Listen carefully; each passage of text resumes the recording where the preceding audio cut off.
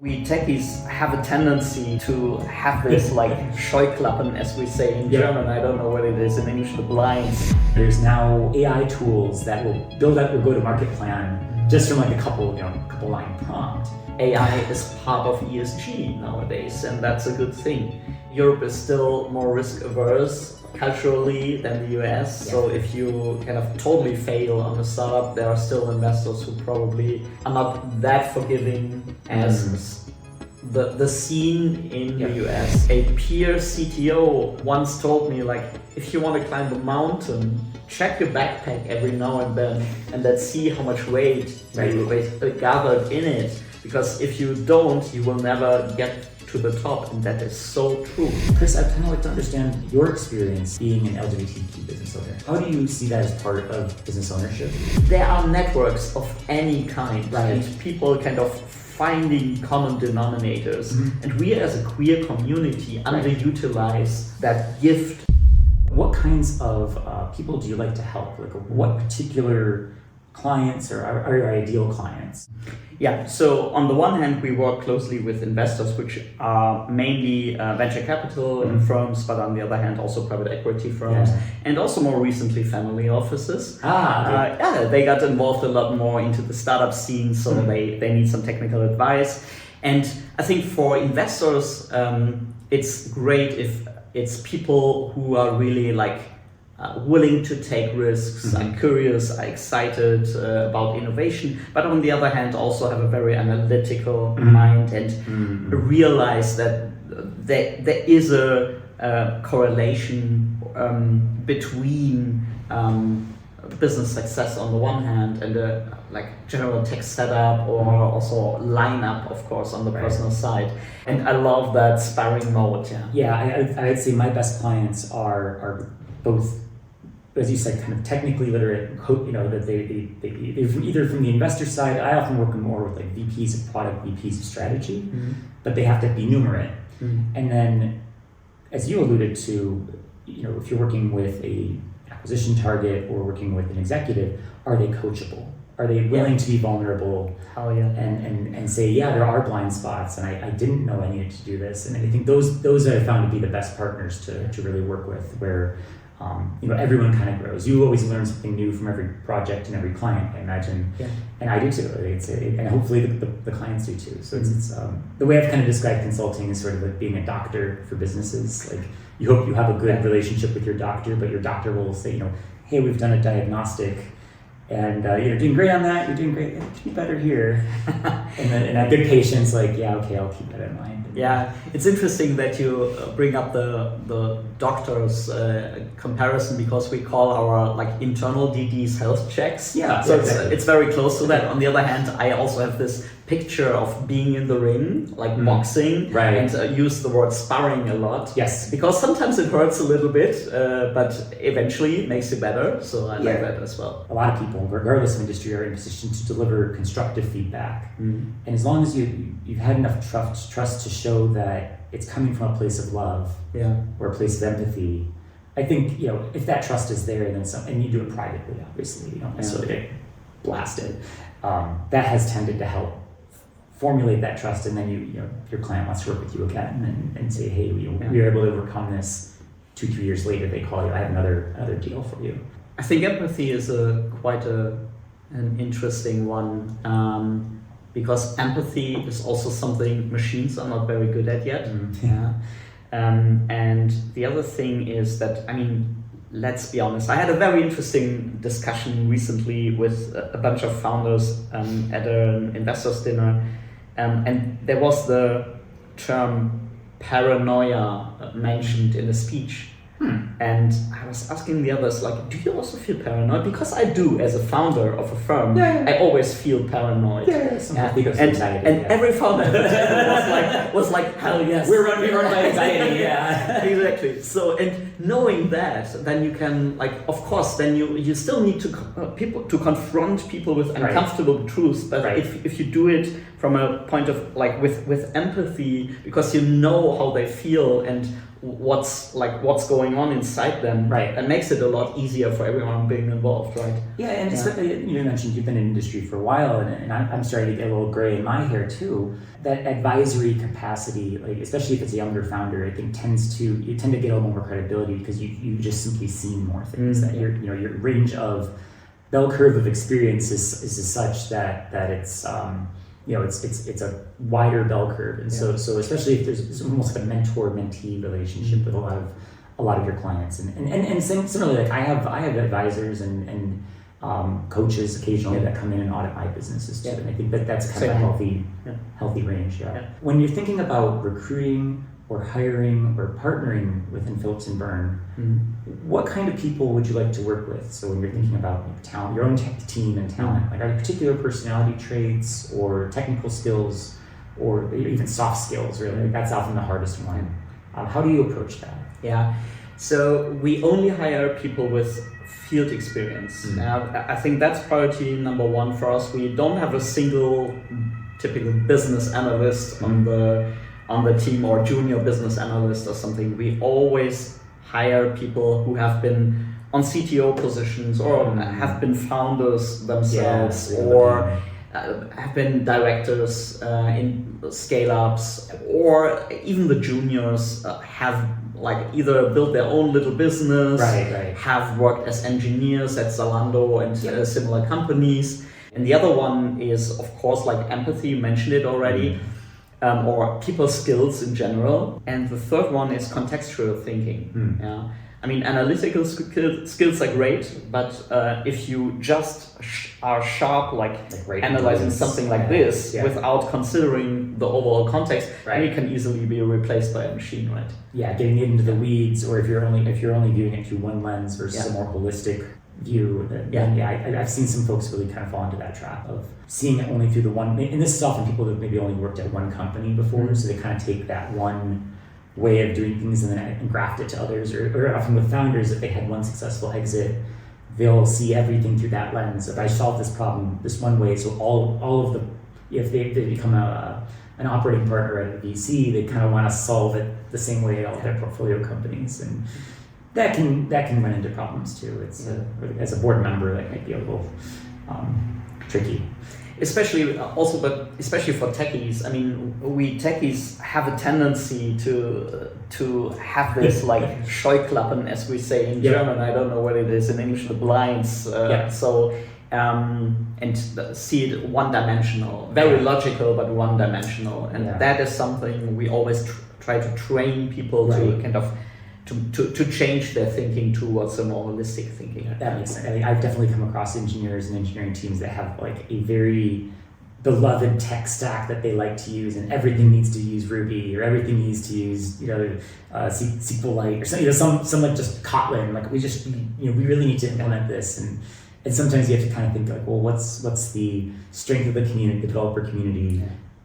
Do we really need a loosely typed language, or are we doing something that should be heavily tested and just go use Java, right? Like and can we still hire engineers and 5 years from now for this correct. particular language, right? How do you find clients, or do they find you?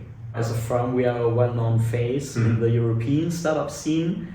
And so very often we get recommended either VC by VC, or VC has seen our report from the previous funding round, something like that. Also among founders, we get recommended very often.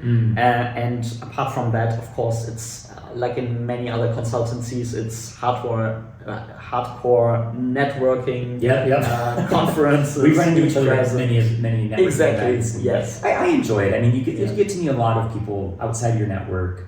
And I'm also in a similar boat where I'd say 80% of my projects come as referrals from either friends of friends or former clients that, hey, I've switched companies, I need you to do that thing that we worked on 3 years ago. And that's I think more validating than, I've worked on some consulting platforms and things like that in the past. And that's a good way if you're freelancing and getting started.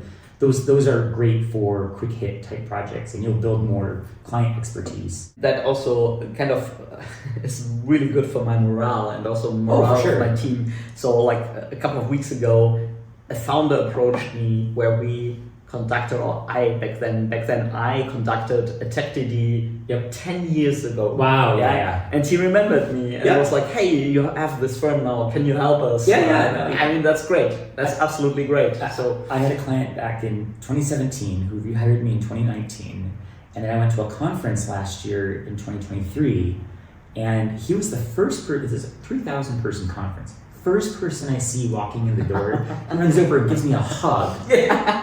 Brian, so good to see you. And then he introduced me to actually the folks that I'll be interviewing on the next episode. so it's just one of those like crazy kismet things where, you know, any industry I think is a lot smaller than people give it credit for. I think it's crucial to also let clients know when you realize, this is not a good fit, or maybe I cannot provide that much value here, because maybe even they don't want to be consulted, or they just have a different set of values or philosophy or whatever, then let them go in peace. And I think that's great for a consultancy that will thrive eventually if you find your sweet spot when it comes to clients. Yeah, I've certainly had a few client project kind of cross my desk, and I'm not the right fit for you, perhaps. And some of them I do refer to specialists who can help them, but other times it's somewhat more of a here's some literature, maybe you should read that first. But I don't necessarily want to open my network to folks that you've probably been in situations where a client approaches you and wants confirmation of a strategy they've already decided on. When you think about a technical due diligence project, kind of walk me through what does that usually entail? Like, are there particular steps, or what's your process? Maybe I start with what a technical due diligence is about. And I always say it's two things. It's, on the one hand, it's the answer on the question whether a company is capable of achieving their business goals in a technical and stuff related and also process related manner. Now that for me is a tech DD in short. But a tech DD is also a conversation starter for really deep conversations between founders and investors. And that aspect falls sometimes a little bit short for my taste. So we are really keen on encouraging that. So you mentioned that feedback loop to the target. Do you find that that's especially helpful for CEOs that are perhaps not so technical themselves? So I would say, from my experience, it's 50-50. So in some cases, it's mainly the CEO who benefits from more insight, more transparency, or just getting an objective external assessment. So sometimes they have a gut feeling, but they are not entirely sure because they don't have any technical capabilities. So it's for them very satisfying or calming to get an assessment. On the other hand, sometimes the CEOs in some cases are like, okay, they're kind of agnostic about it. But the CTOs are the ones who say thank you so much. That is really useful, because usually we give from strategic advice down to the nitty-gritty stuff we find on the way. So if it's like, look, you have this and that library here in your code and please fix it, then of course that is nothing a CEO is thankful for, but the CTO will appreciate it. And what we also, what we even saw, the engineering teams who got access to at least the to-do list, the recommendations we gave, and they absolutely appreciate that someone from the outside is coming and giving recommendations, and then they bother their CEO every quarter, basically look, we really, exactly. This is what we should be doing. Here's our roadmap. No, that's great. That helps get buy-in, especially beyond the C-suite, but with more mid-level managers, individual contributors, that sort of thing. And so whenever I go into a project, I'm talking to not only executives, but I'm really looking, executive assistant, different department heads, and then I actually go straight to the line level. I'll literally just ask, how are things going at, I typically go with customer support because they usually know where all the bodies are buried. Because the tech team might say, oh, we do this and this is working, and then the folks accepting the customer complaints, especially as a product person, that is a gold mine for what should you actually be building next. And they've been doing some customer interviews. I'm doing that for a current client. I'm doing a lot of customer interviews. So okay, now that you've had this product, what are the faults? The most important thing is finding a good balance between a high degree of standardization so that DDs become more comparable. And on the other hand, leaving enough space for context. And that has always been a challenge for everyone who does DD, of course. Consulting in general, I think, having those SOPs and kind of here's our process, but then willing to deviate and customize for the client. Exactly. Okay. Exactly. So, and I think especially the context heaviness, that was a great learning for me as a kind of young CTO back then when I performed my first DDs. Right. And still is also for, I think, our junior consultants in our team. They learn a lot about context. One thing I definitely also learned as a techie is that some great businesses have really shitty tech. And they're still doing great. Even businesses that market themselves as tech businesses actually have a mechanical Turk. Like, we ship the receipts to India to be manually counted type of. I've seen this before. Large Mag 7 companies that you would be shocked have these sort of completely analog processes under the hood. Yeah, but also they're profitable. Though. I mean, SMBs also sometimes highly profitable. And I don't want to mention certain industries, but there are a few industries that are even more affected than others. And you look at them, and in the beginning you're quite shocked about the state of tech.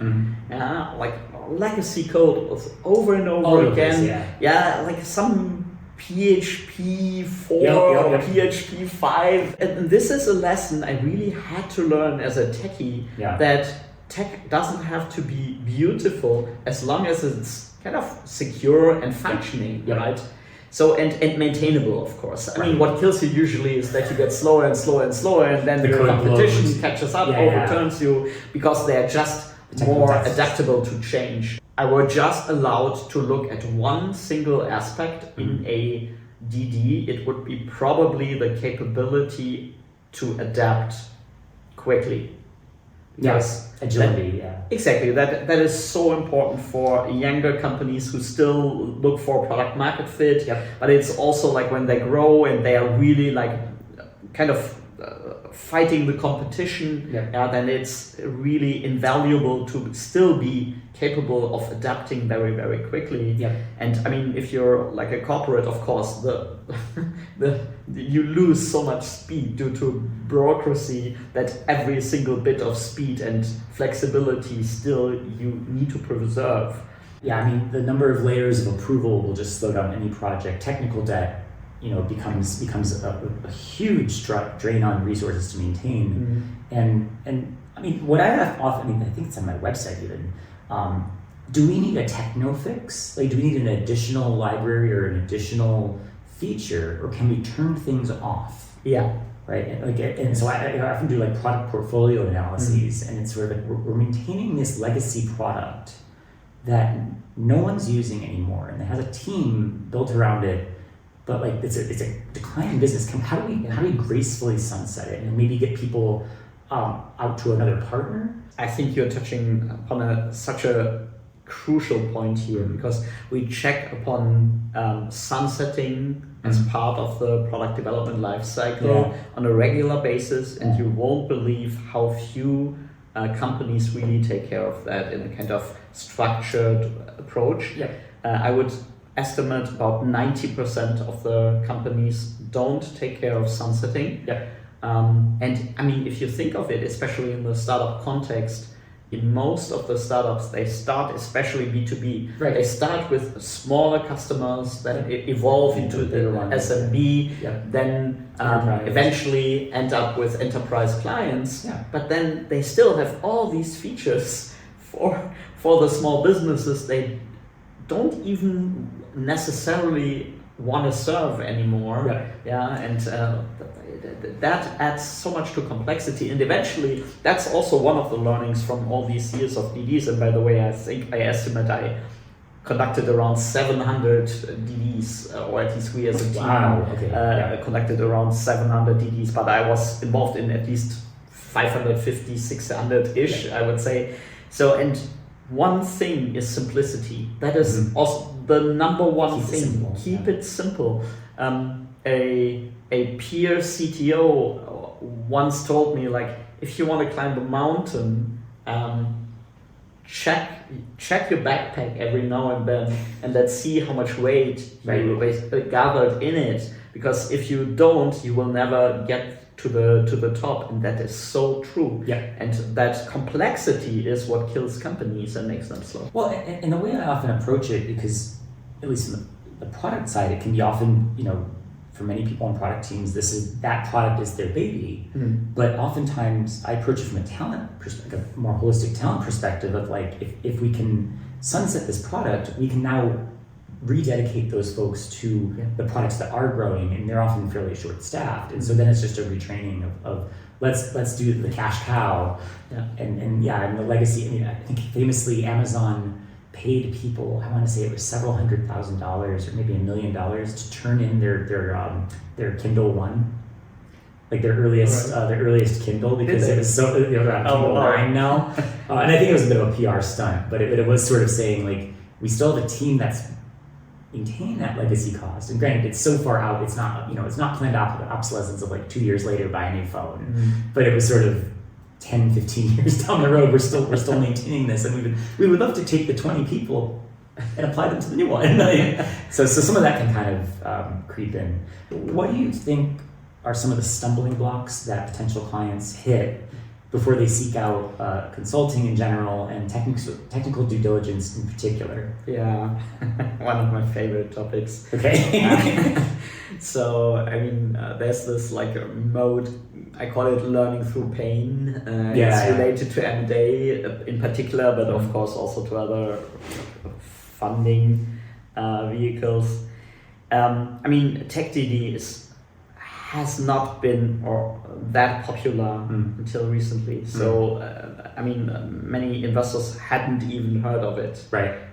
Which always surprises me, but that's reality. And still, a considerable amount of acquisitions and also funding rounds are still being done without TechDD. Yeah. I hear you, because my first few consulting projects were actually M&A, corporate M&A, at Microsoft and Google. And so there was some technical components of it. There was definitely a technical team that was looking at the acquiree's tech stack. But those diligence projects were, I think, like 3 to 6 months. And some of the, I spent about 19 years in Silicon Valley. And I dated a VC for a while, and I was like often shocked at how, for very early stage rounds, that there was no technical due diligence, and it was not even a lot of corporate due diligence. And that kind of shocked. It was like, literally, I like the guys. They have a compelling vision, and they like their pitch deck. And it would blow me away that they would sign these checks away. And like, there's 2 reasons for that. One is pressure, of course, competition, and you want to do it as smooth as possible with the founders, exactly, so to get the deal. The second reason is bias, and that's the dangerous one. I mean, an investor very often totally falls in love with their investment or their potential investment, and they just see the positive things, and they don't even realize that they are biased. And I think that is what a good DD is also for, being the party pooper here and there and saying, look, dude, that doesn't work as well as you imagine it. Right. So, and then, I mean, that doesn't kill the deal usually, but then you have a conversation about, okay, what do we need to do about it? Or does it have an impact on the valuation, for example? So that is definitely something I saw a couple of times. I'd often call that irrational exuberance, right? That the investor and the founder want this to succeed and be $1 billion. And sadly, it's just very easy to make any pitch deck, any financial model be $1 billion, right? I can total a couple. Even I could do it nowadays. Right, like here's a driver. Oh, we upped it by 2, and look, it's $1 billion, right? But actually, I just got off a discussion with a friend of mine on Slack where there's now AI tools that will build out your go-to-market plan just from like a couple line prompt. The problem with that is it's trained on over exuberant pitch decks. It's trained on sort of the Silicon Valley mantra right? Like, growth hacking, move fast, break things. And as someone who works, oftentimes with due diligence, you're coming up with a list of risks, right? So here's how we see it, and here's the potential risks to your business. I mean, that also brings me to like this discussion we just had over the last 2 years or so about like how to what extent will tech due diligence be entirely, or manual tech due diligence entirely be replaced by tooling, especially large language models. Yeah, right? yeah. So, and of course, I mean, everybody is basically working on that, Right. Is experimenting and building stuff, etc. Nevertheless, I mean, we ran a lot of experiments, and it's great on the simple stuff. And of course, with every release of bigger large language models, it's going to be more context sensitive and more holistic, etc. I mean, we ran some experiments on 4.0. The new ChatGPT? It's 4.0. 4.0 mini is what I've seen recently. So there's a couple 4.0 flavors. We tried the big ones, exactly. I think it's called Preview. Yep. And I mean, the reasoning that was made transparent was really like, for simple context, it was great. Oh, marketing copy, it's fantastic. Yeah. But no, and also for DD context, like analyzing tech went surprisingly well. As soon as you add complex context, it gets confused. Not gonna work. Not gonna work yet. So maybe give it like another 3 years. Maybe give it another 10. I don't know exactly. But at the moment, as soon as you have a complicated context and a lot of human mess being around, then I think humans still beat it. Yeah, I mean, you actually just answered the next question, which was how do you see the world of technical due diligence and just due diligence in general change? And what do you see people doing more and less of? And I think you nailed it, that people will start using some of these automated tools for the very repetitive tasks where it's just check. You have all these documents, or you have good SOP. It can follow an SOP perhaps. Yeah. But I think the least outsourceable job for AI is the person that people go to when AI screws up. So I have a lot of friends in cybersecurity, right? They only get called when something really broke. Similarly, like I often get called when after trying an automated thing, or hey, we hired BCG and they gave us a 500-page slide deck and didn't tell us how to implement it or train us how to do it. Being that sort of person that, it does mean that you're doing more bespoke work, but it also tends to be higher value work because it's like, oh, now we're in a bind, we really need help with this. Yeah. So I kind of see that for a lot of fields changing that. And to be fair, it's not necessarily the most fun parts, but the most repetitive parts are getting outsourced to tools that can do it at scale. I think I can count the DDs on one hand where none of my team learned anything. So maybe it was 2 or 3 DDs where nobody of us learned anything. So few. For me personally, I'm always keen on learning something. That can be a new technology being seen, implemented on a team, or a new process or whatever, best practice.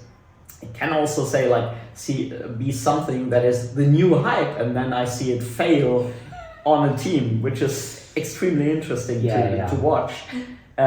Or like a great business idea, and I'm like, wow, you can earn money with that? Yeah.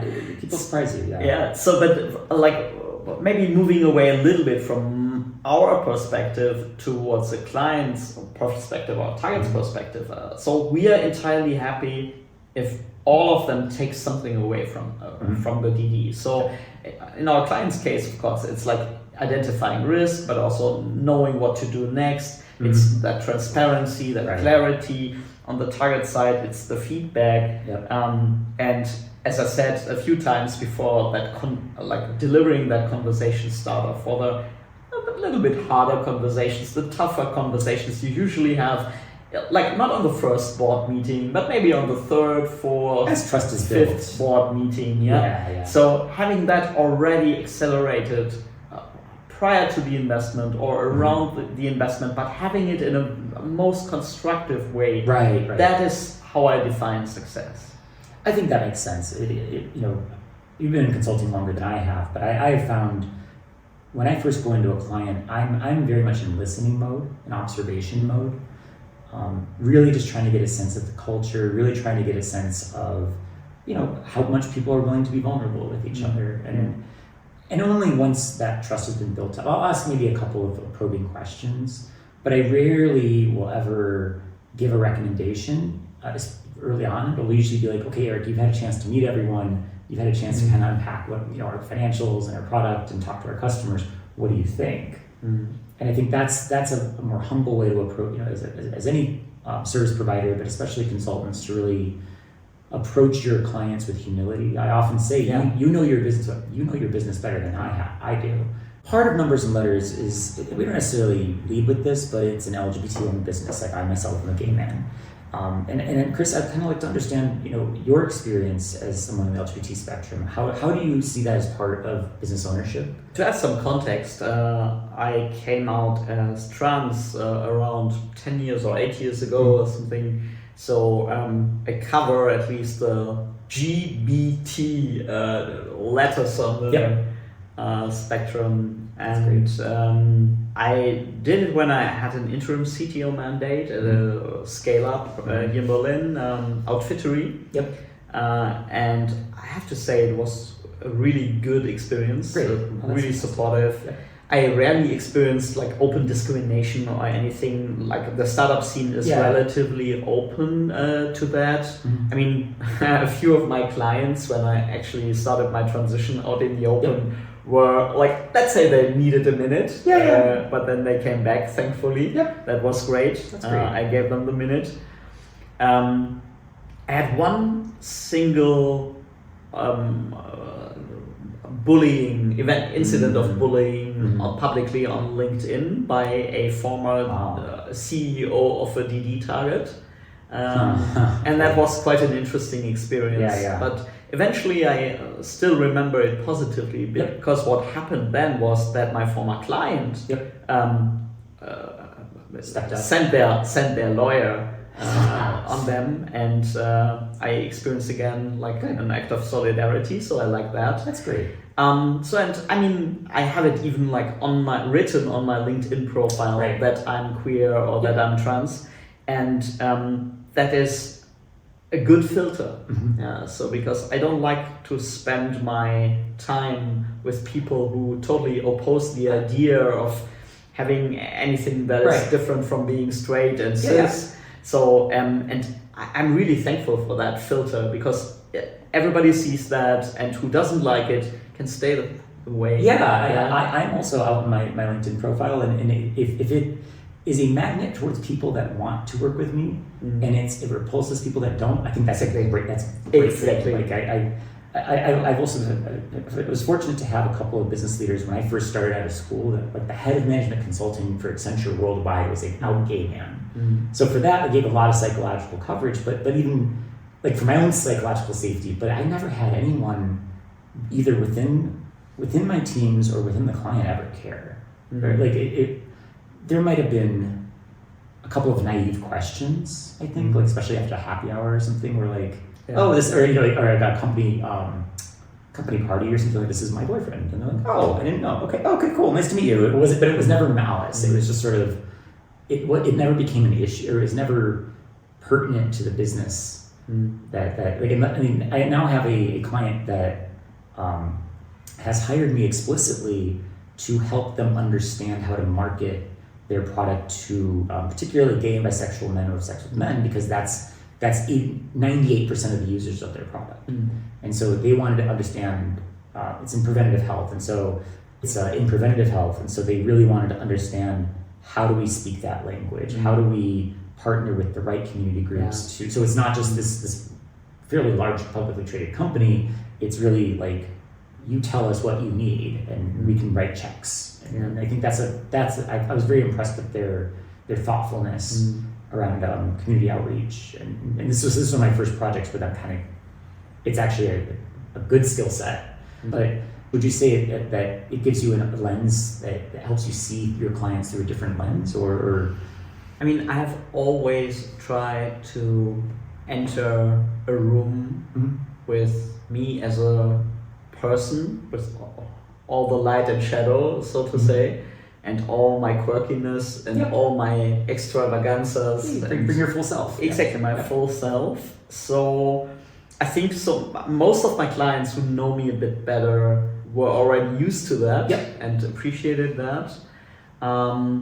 And I am always hoping to experience the same for my clients, to be honest. Yes, no matter what it is, I'm keen on learning about their little known facts, or maybe it's a known fact when it comes to being queer, but I totally appreciate seeing not only the client, but the person behind it. That being said, I mean, with all the great stuff that we experienced in business about being gay or being queer, what we also need to keep in mind is if you, for example, look at founder statistics or investor statistics from recent years, I think there was a study last year, the majority of homosexual founders or queer founders don't dare disclosing their identity in a funding process because they are afraid investors are being scared away. And on the other hand, when I look at my investor clients, there are very, very few openly out people. Most of them are semi-out, so of course to their closer network they are out. But still, it's like, I don't want to advertise my sexuality out there or stuff like that. Which is really a loss in my opinion, because I mean there are networks of any kind and people kind of finding common denominators, and we as a queer community underutilize that gift and that value that we have, and I find it a pity. I mean nowadays there are like a few gay angel networks like Gay Angels or investors such as Identity VC, etc. They are also like of course unicorns in tech, but still it's way too little visibility for my taste, especially on an individual level. I could see that. I especially think the financial industry can be a bit more, I hate to say conservative, but that can often be kind of limiting that, conformist maybe is a better way of putting it. But maybe with these other firms and really going after what's called the pink dollar, I see it as a bit of a competitive advantage. That if you're, it's no longer a small niche; it's a large niche. That if you're then picking up deals because you have the queer mafia, right, the queer networking, and you're getting access to deal flow that no one else is getting. Exactly. That actually might help your ROI, and certainly will help when you're thinking about recruiting, when you're thinking about, as a financial institution, like, how do you build that next generation of leaders? Do you want them all to look the same, or do you want them to look like the rest of humanity? And that's it's a question for every firm and every business leader, but I think hopefully the smart ones realize that there's some value in really leaning into, and for me as someone who's gay, and I really try to lean into people of color and like groups that ESGs and community groups that really elevate people on my team and act as an ally there.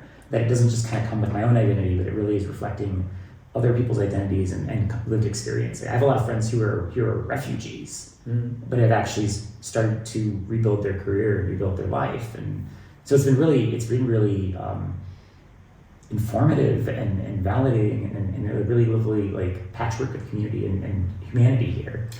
Yeah, I mean, that is like, I think the official term is intersectional solidarity. Yeah. And that is something I definitely learned from my time on the board of the German Association for Transgender People.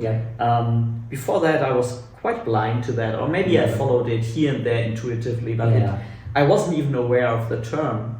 But I think like having a certain shared experience and having, again, empathy for another group who has a similar fate, or maybe even much more hurdles to overcome. That decision to have some solidarity with other groups who may be different from you, but still share a certain experience with you, by the way, one of my most favorite things I dig into is like class, like social heritage. Oh, for sure. Which is a super interesting one, especially when you work, for example, in the VC scene, or also like deal with founders, and you see the amount of people having like degrees from WHU or similar universities, or like coming from Harvard, Stanford, etc. Yeah, and if you see their upbringing, or you look at funding statistics, right.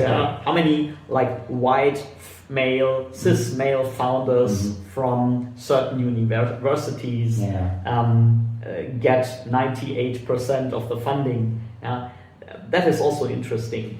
And like a social experience or a class experience that is different from that provides a great perspective. And I partially have that as well. I have a different background than the typical background you find in our industry, and it leads to being a stranger in a group sometimes because you don't have the same social cues or codes, etc. You don't know how to do small talk the same way these people do. You need to learn how to do networking, which other people grow up with, stuff like that. I learned, strange for me, I learned this term, where do you summer? That's a nice one. Where do you summer? Where do you winter? I was like, at the local lake in my village. At home. And then people do live. I mean, and to your point, if it's so concentrated among people, especially folks with a lot of resources, is that really the best application of capital? Because a lot of these folks have family money, they can self-fund it. I've had some clients where it's like, they have that sort of pedigree, and it's like, can you not make $100,000 up here from your network? Because ideally, if you're not taking an outside investment and you're just bootstrapping to profitability, some investment can happen, but if you're selling product, you can actually, or especially in B2B, you can collateralize your contracts. Like if you have 5 companies willing to give you $1 million, get a bank loan. Chris, thank you so much for taking the time to have this conversation. I think I've learned a lot from it, and hopefully our audience has also learned a number of things as well. I've been very, very impressed with the work you do, and I hope we can collaborate in the future. Yeah, absolutely. And thank you for having me here. Also, I really enjoyed the back and forth and also hearing about your experience. I think that really made the conversation interesting. So thanks for that as well. Thank you, Chris. Yeah. All right.